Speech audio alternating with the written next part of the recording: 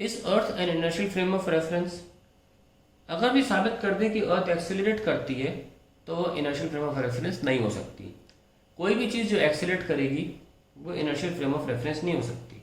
आइए साबित करते हैं अर्थ एक्सेलरेट करती है कि नहीं। अब क्योंकि अर्थ गोल गोल घूम रही है तो डेफिनेटली अर्थ एक्सेलरेट करेगी।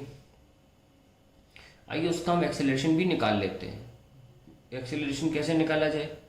सेंट्रीपिटल वो होता है आर ओमेगा स्क्वायर। मैं जानबूझ कैसे निकाल रहा हूँ क्योंकि वी स्क्वायर बाय आर से मुश्किल हो जाएगा और हम ओमेगा आसानी से निकाल सकते। देखना कैसे, वी स्क्वायर बार से भी निकाल लो, पर जो वेलोसिटी वी है वो हमको नहीं पता है। मुझे पता है पर मैं चाहता हूँ आर ओमेगा स्क्वायर से भी निकाला जाए क्योंकि वी आर ओमेगा होता है। मुझे पता है वेलोसिटी होती है 465 मीटर पर सेकेंड। ये रोटेटिंग वेलोसिटी होती है लीनियर वेलोसिटी अर्थ की, जो कि साउंड से भी ज़्यादा है। ठीक है, खैर ऐसे निकालते हैं, ऐसे आपको ज़्यादा रिलेट कर पाओगे। ओमेगा 2π/t होता है और एक रोटेशन में कितना टाइम लगता है? एक दिन, 24 × 3600। तो अब जब ये वैल्यू आएगी फिर इसको स्क्वायर करोगे तब आपको ये आंसर मिलेगा। तो हम कर देते हैं इसका स्क्वायर। AC आएगा 6.4 × 10⁶। ये तो अर्थ का रेडियस होता है कितना? 6400 किलोमीटर। तो हमने उसको मीटर में लिख लिया क्योंकि SI यूनिट में करना है। 2π/24 × 3600 का स्क्वायर। तो आप देख सकते हैं कि ये कितनी कम वैल्यू आएगी। नीचे देखो कितना बड़ा नंबर है। तो अगर आप सॉल्व करेंगे तो मैं आपको सिर्फ ऑर्डर बता रहा हूँ, आई थिंक 3 के ऑर्डर का आंसर आएगा ये, या 2 के मीटर पर सेकेंड स्क्वायर। एक बात तो ये हो गई। अब मान लीजिए अर्थ रिवॉल्व भी करती है, वो भी तो एक एक्सेलरेशन हो सकता है। तो रिवॉल्विंग के लिए क्या लगाएं? रिवॉल्विंग के लिए वो भी लगा सकते हैं आप वी स्क्वायर बाय, मान लीजिए आर लगा लिया, और वी होता है आर ओमेगा का स्क्वायर बाय आर। तो क्या निकला? R omega square. I think v square by r में ये वी स्क्वायर बाय ज़्यादा इजी रहेगा क्योंकि बॉडी एक्चुअली लीनियर मोशन में है। ठीक है, हम रोटेशन में तो ओमेगा लगा रहे थे, यहाँ बॉडी लीनियर मोशन में है और इसमें वी निकालना ज़्यादा आसान रहेगा। स्पीड का डिस्टेंस अपॉन टाइम, और क्योंकि बॉडी अपने सर्कुलर मोशन में एक्सेलरेट नहीं करती। एक्सेलरेशन तो सेंट्रीपिटल है पर अपने इस सर्कल पाथ में एक्सेलरेट नहीं करती।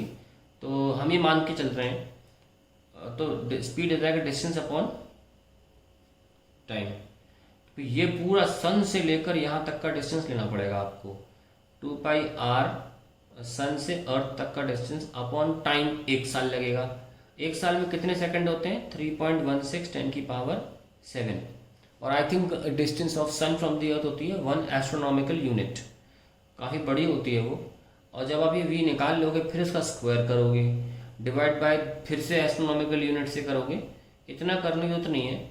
आपको बता दूं ये भी 10⁻⁻3 या आई थिंक ध्यान नहीं आ रहा 5 के ऑर्डर का आता है। आप देख सकते हैं दोनों ही एक्सेलरेशंस बहुत ज़्यादा कम है।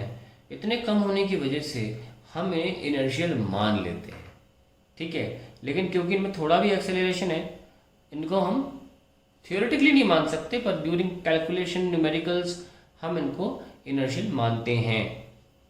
चाहे आप मून से देखें, ये जो एक्सेलरेशन में निकाल भी रहा हूँ और तो ऑब्वियसली कैसे क्यों निकाल रहा हूँ कि मैं मून पे खड़ा होकर देख रहा हूँ। मैं धरती पे खड़ा रहूँगा तो थोड़ी ना एक्सेलरेट कर रही है अर्थ मेरे लिए, क्योंकि मैं उस फ्रेम का हिस्सा हूँ। ठीक है, लेकिन जो दूसरे बाहर से देख रहे हैं उनके लिए भी अर्थ ना के बराबर एक्सेलरेशन से रिवॉल्व कर रही है। तो अगर मून पे खड़ा आदमी कोई न्यूमेरिकल कर रहा होगा और वो अर्थ को इनर्शियल फ्रेम मान ले तो कोई गलत नहीं किया उसने।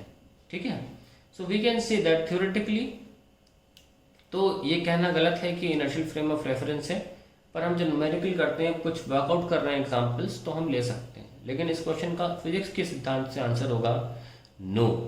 If is earth an inertial frame of reference? No, because both the accelerations are not zero, they are something. छोटे कोई बात नहीं, पर हैं तो